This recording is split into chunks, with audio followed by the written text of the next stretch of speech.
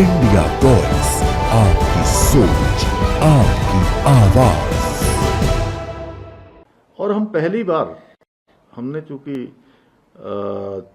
सभी लोगों से चर्चा के बाद ये बात आई थी कि इसमें हम नियम 310 में भी काम रोको प्रस्ताव के माध्यम से सभी विषय कम करके या उन सब विषयों को रोककर, आपदा सबसे बड़ा विषय है क्योंकि आप सबको पता है हमारे यहाँ धराली में, उत्तरकाशी जनपद में बड़ी भीषण आपदा आई, पूरा धराली तबाह हो गया। पौड़ी जनपद के सैंजी गांव और उसके आसपास के गांव, पैठाणी के आसपास, भरसार के आसपास, पीठसेन के पास मैंने स्थलीय निरीक्षण भी किया, लोगों के बीच में भी गया, मैं सैंजी गांव में भी गया और मैंने हवाई जहाज से हवाई सेवा में भी हवाई सर्वेक्षण भी किया, सभी का, पूरा जनपद का। मेरे साथ वहां के स्थानीय विधायक और सरकार में मंत्री श्री धन सिंह जी भी थे। और बड़ी लोगों की परेशानी है, राज्य के अंदर अनेक स्थानों पर इस समय आपदा आई हुई है और सभी का कष्ट आप लोगों ने देखा भी। आज हमारे जो सत्ता पक्ष के विधायक हैं वो भी इस पर चर्चा करना चाहते थे और मुझे लगता है कि विपक्ष को लगता था कि अगर इस पर चर्चा होगी तो उनके पास कहने के लिए कुछ नहीं है। अरे भाई, आप लोग यहाँ सदन में रजाई और गद्दा बिछा के रात में सो रहे हैं, आप लोग हमारे आपदा प्रभावित लोगों के साथ भी तो सो सकते हैं, उनके साथ भी खड़े हो सकते हैं। आपको किसी ने रोका था क्या? जब आपका पूरा सदन चल गया, पूरे दिन भर की कार्रवाई हो गई, मैंने रात में माननीय नेता प्रतिपक्ष जी से अनुरोध किया कि आपके जो भी मुद्दे हैं हम उन मुद्दों पर बात करेंगे, उसका हल निकालेंगे। मैंने कांग्रेस के वरिष्ठ नेता श्री प्रीतम सिंह जी से भी बात करी और मुझे चिंता थी कि यशपाल जी एक हमारे वरिष्ठ नेता हैं, प्रीतम सिंह जी वरिष्ठ नेता हैं, श्री तिलकराज बेहड़ जी, उनकी किडनी का ट्रांसप्लांट हुआ है, मैं जानता हूं नजदीक से, और वो दवाई खानी पड़ती है उनको। ममता राकेश जी, उनको दवाई खानी पड़ती है क्योंकि मैं व्यक्तिगत रूप से भी जुड़ा हुआ हूं। उनको इलाज के लिए दिल्ली जाना था तो उस समय वो मुझे उन्होंने कहा कि कहाँ का, मैंने जो भी प्रयास हो सकता था मैंने उनके उसमें प्रयास किया उनके इलाज के लिए। तो इसलिए मुझे उनकी चिंता थी। नौजवान लोग तो चलो कोई बात नहीं, वो अच्छा है जो उसमें करे, लेकिन उसके बावजूद भी केवल अनावश्यक रूप से सस्ती लोकप्रियता लेने के लिए सबने देखा, माइक तोड़ दिए गए, टेबल पलट दी गई, कागजों के जो हमारी जो एजेंडा सीट है या प्रश्नोत्तर की जो पूरी तालिका है वो आती, उसको उछाल उछाल के किया जा रहा है पूरे समय। ये मुझे लगता है कि ये विपक्ष ने जानबूझकर, क्योंकि उनके पास कोई मुद्दा नहीं है, मुद्दा विहीन विपक्ष है और महत्वपूर्ण विषयों की जो चर्चा होनी चाहिए थी वो चर्चा नहीं हो पाई। हमने देखिए इतना महत्वपूर्ण विषय अवैध मदरसे जो था उस पर रोक के लिए हम अल्पसंख्यक शिक्षा का विधेयक लेकर आए, क्योंकि जो 2016 में इसमें प्रावधान किया गया केवल एक समुदाय के लिए, अल्पसंख्यक समुदाय का केवल एक समुदाय के लिए उसमें व्यवस्था प्रावधान किया गया था। हमने उसमें सिख, जैन, बौद्ध, पारसी, ईसाई, इन लोगों को भी उसके उस श्रेणी में रखा और इस विधेयक में उसमें प्रावधान किया गया कि सबको शिक्षा का अधिकार मिलना चाहिए, पारदर्शिता शिक्षा में आनी चाहिए। और ये भी प्रावधान कर दिया कि ये जो भी हमारे इस प्रकार के संस्थान चल रहे हैं उनको माध्यमिक शिक्षा परिषद रामनगर से भी मान्यता लेनी होगी और उसी के बाद जो अल्पसंख्यक शिक्षा का प्राधिकरण बनेगा उस प्राधिकरण से उनको मान्यता मिलेगी। और ऐसे संस्थान जो 1 जुलाई 2026 तक इनमें पंजीकृत नहीं होंगे उनको बंद कर दिया जाएगा। इतना महत्वपूर्ण विषय था 1 जुलाई 2026। इतना महत्वपूर्ण विषय था। क्या उत्तराखंड में देवभूमि में क्या इस प्रकार का काम नहीं होना चाहिए? क्या सभी को, अल्पसंख्यक समुदाय के अंतर्गत आने वाले, समाज के अंतर्गत आने वाले लोगों को क्या लाभ नहीं मिलना चाहिए? अरोड़ा जी, मिलना चाहिए ना? तो हमने इसका प्रावधान किया और इसकी चर्चा होती, पूरा राज्य और पूरा देश देख रहा था कि ये सदन हमारा इतना महत्वपूर्ण है। लोकतंत्र सेनानियों का विधेयक इस पर आएगा। ये भी हमारे राज्य के लिए इस वर्ष आपातकाल के 50 साल पूरे हुए। पूरे देश में हमारे आदरणीय प्रधानमंत्री श्री नरेंद्र मोदी जी के आह्वान पर 50वां संविधान हत्या दिवस, ऐसे उन लोकतंत्र सेनानियों का स्मरण किया गया, उनका सम्मान किया गया। मैंने भी देहरादून में जितने भी हमारे लोकतंत्र सेनानी राज्य के हैं उन सभी को आमंत्रित किया और सब लोग आए। उन सबका सम्मान का समारोह था। उनके बीच में से बातें निकली कि लोकतंत्र कितना भयावह था। बहुत सारे लोग तो उस समय पैदा भी नहीं हुए थे, हम में से भी बहुत सारे लोग पैदा नहीं हुए होंगे, लेकिन हम सुनते हैं, हम जानते हैं, हमने देखा है कि लोकतंत्र कितना कठिन काल था। कितनी यातनाएं दी गई, जेल डाल दिया गया, कई लोगों के नाखून निकाल दिए गए, कई लोगों को शीशा घोल के पिला दिया गया, तमाम प्रकार से। तो उनके कष्ट अगर हम उनके लिए कुछ कर पाए तो उस पर कोई मरहम नहीं है, केवल अपनी तरफ से एक हमारा सम्मान है, उनके लिए श्रद्धा है। उन्होंने लोकतंत्र को बचाने के लिए इतना काम किया, उस पर चर्चा होती सदन में। हालांकि विधेयक पास हो गया, हम पेंशन से लेकर उनको सम्मान, उनका पहचान पत्र, उनके आने जाने की कुछ सुविधा हो जाए। और वो इतने अधिक आयु के लोग हैं, कोई भी उसमें 75 साल के आयु से कम का नहीं है। तो उनके लिए लोकतंत्र सेनानी विधेयक भी हम लेकर आए थे, उस पर भी चर्चा नहीं हो पाई। इसी प्रकार देवभूमि उत्तराखंड, इसका अपना एक स्वरूप है पूरे देश के अंदर, दुनिया के अंदर। कोई भी हमारे राज्य का यहां से कहीं बाहर जाता है और वो अपने को बताता है कि हम उत्तराखंड से आए हैं, देवभूमि से आए हैं, तो लोगों का एक भाव उसके प्रति अलग हो जाता है। तो देवभूमि उत्तराखंड में मतांतरण नहीं होना चाहिए, धर्मांतरण नहीं होना चाहिए, उसके लिए हमने पहले से ही हमारा कानून बना हुआ है। लेकिन उस कानून को और अधिक हमने सख्त किया है, उसमें कई प्रावधान किए हैं। उसमें उम्र कैद तक की सजा का प्रावधान कर दिया, क्योंकि डेमोग्राफी को बचाने के लिए भी ये कानून हमारे लिए बहुत जरूरी है, बहुत आवश्यक है। देवभूमि उत्तराखंड के लिए, हमारी बहन बेटियों की सुरक्षा के लिए, उनके इज्जत के लिए, उनके सम्मान के लिए, उनके जीवन के लिए, उनके भविष्य के लिए, कोई उनको बरगला ना पाए, कोई उनके साथ धोखा न कर पाए, कोई उनके जीवन के साथ खिलवाड़ न कर पाए, उस पर भी चर्चा होनी थी। विधेयक पास हो गया, हल्ले गुल्ले की भेंट चढ़ गया। तो इन सब पर, और इसके अतिरिक्त अनुपूरक बजट है। अनुपूरक बजट पर जो विकास के लिए, उसके बारे में मैंने कल आप लोगों को बहुत विस्तार से बता दिया कि अनेक विकास योजनाएं हम किस किस प्रकार से उनको आगे बढ़ाने वाले हैं। राज्य के लोगों के भी ध्यान में आता कि पक्ष और विपक्ष दोनों मिलकर जो है विकास की योजनाओं को आगे बढ़ा रहे हैं। मैं देहरादून की बात करूं तो चाहे वो रिस्पना बिंदाल पर बनने वाला एलिवेटेड रोड जो लगा 6000 करोड़ से भी ज्यादा की, जिसमें धनराशि का प्रावधान भारत सरकार की तरफ से किया जा रहा है, और 915 करोड़ रुपया इस 5300 करोड़ के लगभग के बजट में 915 करोड़ के बजट का प्रावधान हमने केवल इसकी यूटिलिटी शिफ्टिंग के लिए देहरादून के लिए किया है।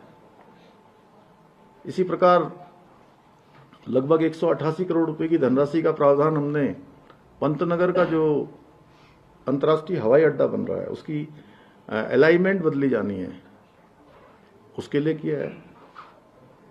ऐसे अनेक अनेक प्रावधान किए हैं सभी सेक्टरों में। कुछ नई योजनाएं भी प्रारंभ की है। इसके अतिरिक्त जो धराली की आपदा है, राज्य के पूरे अंदर आई हुई आपदा है, उस पर चर्चा भी, उस पर सुझाव भी, सब मिलकर हम ये भरोसा दिलाते राज्यवासियों को कि ऐसे समय में हम राजनीति से ऊपर उठकर पक्ष विपक्ष सब आपके साथ खड़े हैं, सब आपके साथ हर प्रकार से इस पीड़ा में आपके साथी हैं। लेकिन दुर्भाग्य की विपक्ष इतने महत्वपूर्ण मुद्दे पर भी चर्चा ही नहीं करना चाहता है। आप सब लोगों ने देखा होगा, मैं कोई ऐसी बात नहीं, आप पूरे दिन भर सदन की कार्रवाई देख रहे थे, किस प्रकार से मेजों को फटफटाया जा रहा था, किस प्रकार से सारे एजेंडा फाड़े जा रहे थे। आखिर मैं समझता हूं कि हम कानून व्यवस्था की वो बात कर रहे थे, भ्रष्टाचार की बात कर रहे थे, हम उनको बताते कि आपके समय में क्या हुआ, भ्रष्टाचार की जननी कौन है, किसने क्या काम किया, हम सारे उत्तर देते, हमने कितनी कार्रवाइयां की है। हमने पहले जो एक मिथक था, एक इस प्रकार की धारणा बन गई थी कि भ्रष्टाचार के मामले में छोटे छोटे कर्मचारियों को पकड़ा जाता है, छोटी मछलियां पकड़ी जाती हैं, बड़ी मछलियों पर हाथ नहीं डाला जाता है। लेकिन हमने कहा कि हम ये छोटी मछलियां, बड़ी मछलियां कुछ नहीं, अगर भ्रष्टाचार में सम्मिलित कोई मगरमच्छ भी होगा उसको भी नहीं छोड़ेंगे। मुझे बताने की आवश्यकता नहीं, आप सब लोग जानते हैं, कोई जो भी जिस स्तर का अगर कहीं अपनी लापरवाही, भ्रष्टाचार, अपने कर्तव्यों के प्रति उनका ठीक प्रकार से काम नहीं करता है तो उसके खिलाफ कार्रवाई हम लोगों ने की। ऐसे 200 मामले हो गए हैं। नकल का सख्त कानून हम लेकर आए हैं जिसमें 100 के लगभग नकल माफियाओं को जेल की सलाखों के पीछे भेजने का काम हुआ था। इन सभी पर हमारी चर्चा होती, कानून व्यवस्था पर भी चर्चा होती। और आप पंचायत चुनाव की बात कर रहे थे, पंचायत चुनाव में जहां आप जीत जाते हैं वहां सब कुछ अच्छा हो जाता है, कोई प्रश्न खड़ा नहीं करते हैं। आप देहरादून में जीत गए, कोई प्रश्न नहीं आया, आया क्या? अरे इसका जवाब तो आप लोग भी दे सकते हैं मुझे, मैं आप लोगों से बहुत विनम्र भाव से पूछ रहा हूं मेरे भाइयों। मैं आपको अपने परिवार का ही समझता हूं, मैं आपके परिवार का ही हूं, हम सब एक परिवार हैं। कहीं से प्रश्न नहीं आया ना? एक विधानसभा क्षेत्र है बाजपुर, उधम सिंह नगर का बाजपुर, वहां से माननीय यशपाल आर्या जी नेता प्रतिपक्ष विधायक हैं, उनके यहां से कोई प्रश्न आया क्या? और चुनाव है जी, इतना बड़ा आपस में लोग करते हैं, जाते हैं। नैनीताल का ही प्रकरण आया, आप देखिए कि उन्होंने कहा 5 लोगों को अपराध कर लिया, माननीय हाईकोर्ट ने भी उसमें संज्ञान लिया। वो 5 लोग आ गए, उसमें से 4 तो हमेशा से भारतीय जनता पार्टी के बाल्यकाल से ही जो है कार्यकर्ता रहे, उन्होंने स्वयं आके कहा। और जो अन्य जगह बेताल घाट या जो कानून व्यवस्था की स्थिति की बात है उसमें कार्रवाई कर रहे हैं, उसमें सीबीसीआईडी की जांच हो रही है, कुमाऊं कमिश्नर के उसमें अध्यक्षता में उसमें मजिस्ट्रियल जांच भी हो रही है। हमने कहा है कानून व्यवस्था को सुधार करने के लिए हम कोई भी ऐसा काम नहीं करेंगे, कोई कमी नहीं करेंगे जिससे कि कानून व्यवस्था खराब हो, और उसके लिए सख्ती से काम कर रहे हैं। चाहे वो नैनीताल में जहां बेताल घाट में घटना हुई वहां के सीओ को जिले से अत्यंत कहीं ट्रांसफर करना हो, या वहां के एसओ को जिले से बाहर करना हो, वो सभी कार्रवाइयां हो चुकी हैं, उसके आदेश निकल गए हैं। हम सभी जरूरी कार्रवाइयां कर रहे हैं। लेकिन मेरे मन में प्रश्न है कि आखिर इतना महत्वपूर्ण सत्र जिसके लिए सबकी बड़ी इच्छा थी कि ये सत्र अच्छे से हो, आखिर विपक्ष जनता की आवाज को क्यों दबाना चाहता है? क्यों नहीं उन्होंने चर्चा होने दी? ये एक प्रश्न है। इतना महत्वपूर्ण जो धर्मांतरण विरोधी कानून है उसका विरोध क्यों कर रहा है? कहीं ऐसा तो नहीं कि जो अल्पसंख्यक शिक्षा में सुधार का जो कानून है हम लेकर आ रहे हैं उसको चर्चा से रोका जाना तो कहीं कोई हेतु नहीं था? लोकतंत्र सेनानियों को सम्मान क्यों नहीं दिया जाना चाहिए, जिन्होंने आपातकाल में जेल की सलाखों के पीछे रहे हैं, अनेक यातनाएं सही हैं, कारावास सहा है, उनको सम्मान, उनको पेंशन क्यों नहीं दी जानी चाहिए, उनका जो विधेयक है वो आ रहा है उस पर चर्चा क्यों नहीं होनी चाहिए, अवैध मदरसों को क्यों नहीं बंद होने देना चाहता है। ये ऐसे कुछ प्रश्न हैं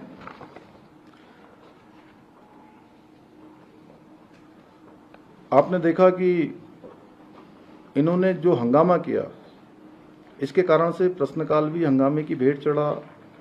विधायकों ने आकर कार्यसूची पूरी फाड़ डाली, विधानसभा सचिव की मेज पलट दी, माइक तोड़ दिया गया। मुझे भी मुन्नी देवी साहा जी, हमारी जो यहीं थराली की विधायक रही, उनका शोक संदेश सदन में मुझे उनको श्रद्धांजलि देनी थी, तो मुझे पीछे की डेस्क पर जाना पड़ा, पीछे की टेबल पर जाना पड़ा।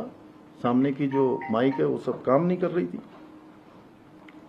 और ये सब मैं ऐसा मान सकता हूं कि जो इन्होंने पूरी रात यहां बिताई वो केवल एक ड्रामा था, सस्ती लोकप्रियता प्राप्त करने का ड्रामा था, इसके सिवाय कुछ नहीं था। और इनकी हताशा और निराशा का ये प्रमाण है।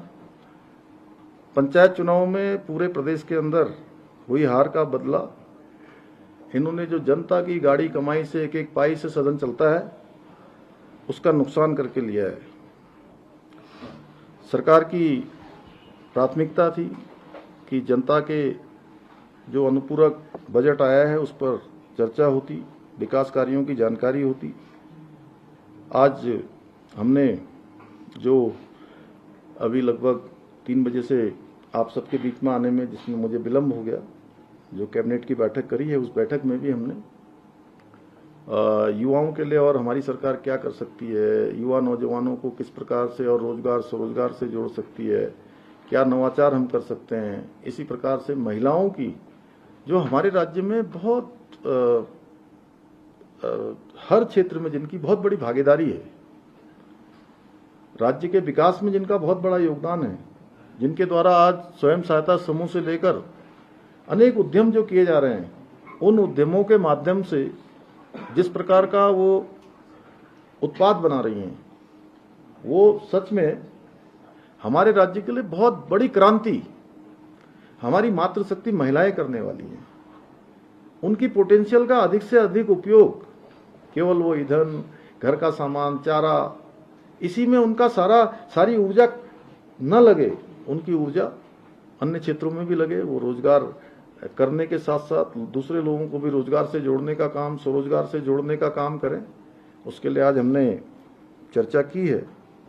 इसी प्रकार हमारा राज्य सैनिक बाहुल्य प्रदेश है और सैनिक बाहुल्य प्रदेश में सैनिकों, जो हमारे पूर्व सैनिक हैं, उनकी बहुत बड़ी संख्या है। उनके जीवन का एक लंबा कालखंड देश की सीमाओं की रक्षा के लिए बीता हुआ है, उनके लंबे अनुभव हैं और उनके पास अपनी पेंशन भी उनको मिलती है। अपने जीवन को वो एक प्रकार से ठीक प्रकार से व्यवस्थित कर चुके होते हैं।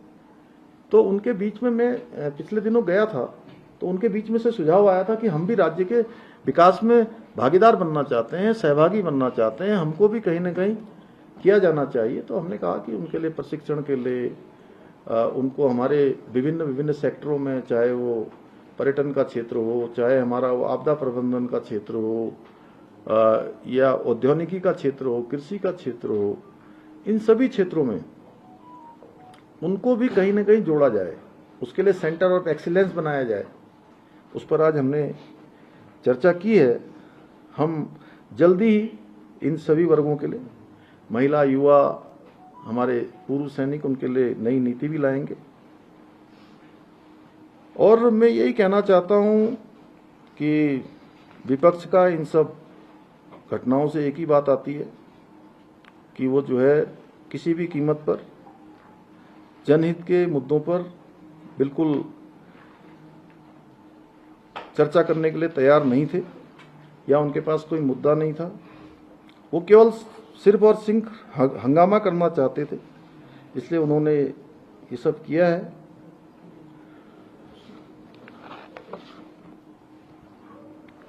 और हम सदन में ये भी बताना चाह रहे थे कि सरकार अभी तक क्या क्या कर रही है और अब तक क्या क्या हमने किया है, ये हम जरूर जनता के सामने अपना रिपोर्ट कार्ड भी रखते हैं यहाँ से, क्योंकि हमारा सदन चलता है तो उसमें जनता भी हमसे अपेक्षा करती है कि सरकार भी अपना जो काम किया है अपना रिपोर्ट कार्ड हमारे सामने रखे। और जो उत्तरकाशी की धराली की आपदा है उस पर भी हम चर्चा करना चाहते थे, लेकिन उन्होंने नहीं किया। इसके अतिरिक्त देखिए, मैं इतने सारी तैयारियां करके जो राज्य सरकार द्वारा कौन कौन से निर्णय लिए गए हैं, कौन कौन से प्रमुख कार्य किए गए हैं, ये भी हम बताना चाहते थे।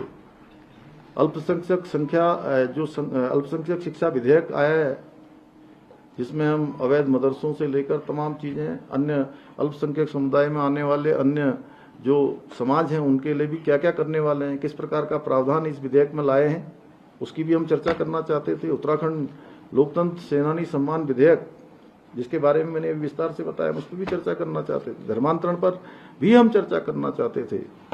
अनुपूरक बजट के जो मुख्य बिंदु थे उस पर भी चर्चा करना चाहते थे। आपदा के विषय पर चर्चा करना चाहते थे। पंचायत चुनाव के विषय में विपक्ष को ये बताना चाहते थे कि पूरे राज्य के अंदर आप 12 में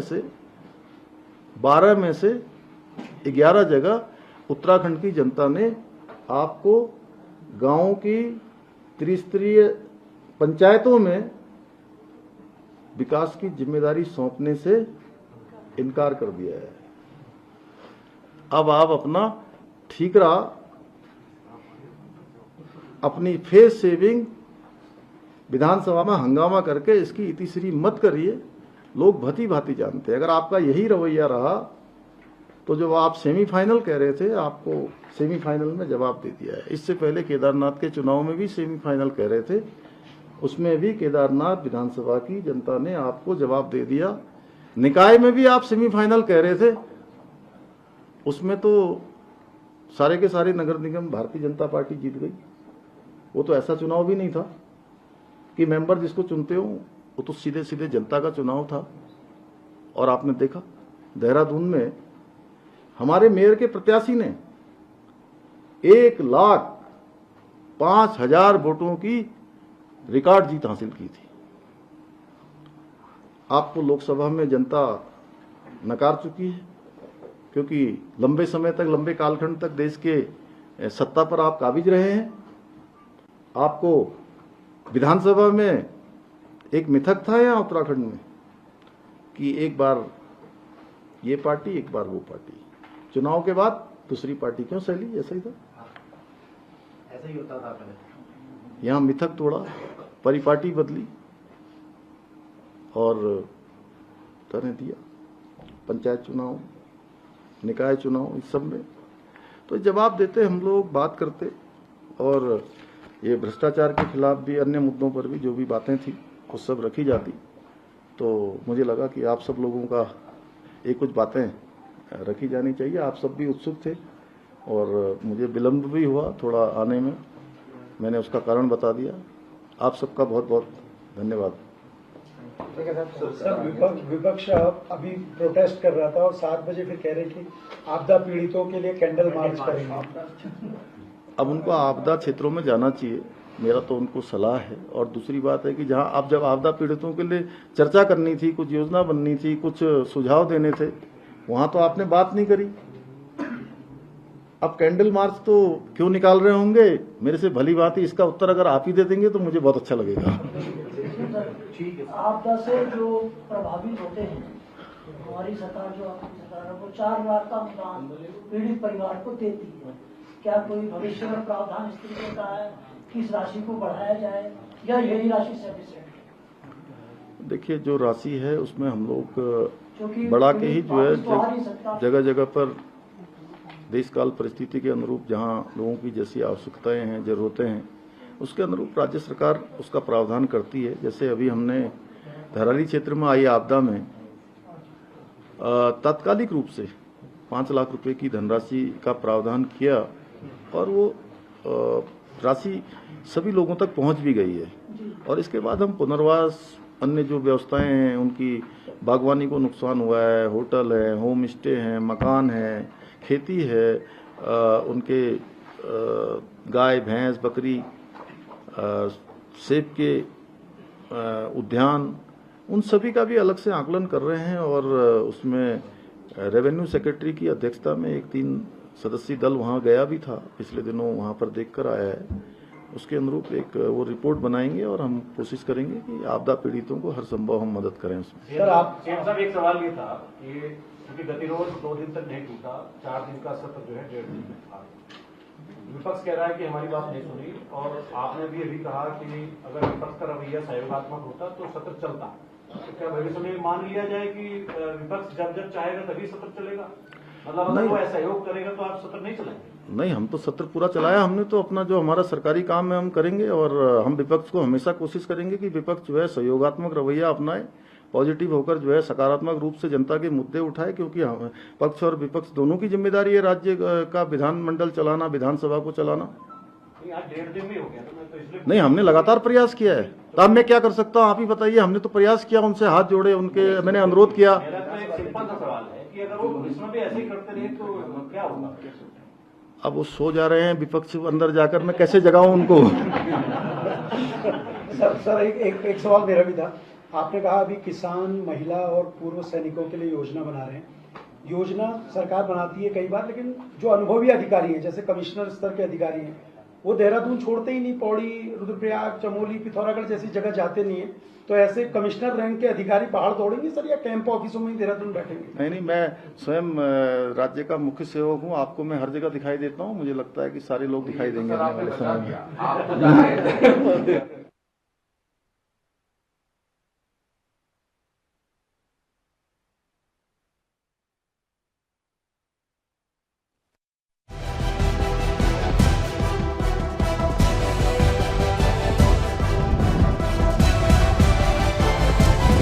इंडिया वॉइस, आपकी सोच, आपकी आवाज।